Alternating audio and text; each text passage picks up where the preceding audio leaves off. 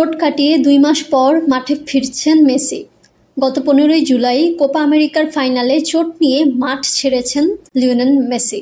মাঠ ছাড়ার পর সেদিন ফোলা পা নিয়ে ডাগ আউটে বসে কাঁদতেও দেখা যায় তাকে। সেই ঘটনার পর এখন পর্যন্ত মাঠে ফেরা হয়নি আর্জেন্টাইন এই মহাতারকার। তবে 2 মাস পর মেসিকে নিয়ে আশ্বস্ত হওয়ার মতো খবর দিয়েছেন ইন্টার মায়ামির কোচ জেরার্দো মার্তিনো।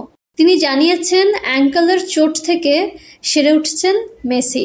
আগামীকাল ভোরে মায়ামির হয়ে মাঠে নামতে পারেন। এর আগেও অবশ্যই ম্যাচ দিয়ে মেসির ফেরার কথা বলেছিলেন তিনি। ম্যাচ পূর্ব সংবাদ সম্মেলনে মার্তিনো বলেছেন, হ্যাঁ মেসি ভালো আছে, সে অনুশীলন করছে, ম্যাচের পরিকল্পনায় সে আছে। শনিবার অনুশীলন শেষে আমরা ঠিক করব তাকে নিয়ে কোন কৌশলে আমরা আগাবো, তবে এই ম্যাচের জন্য আমরা প্রস্তুত।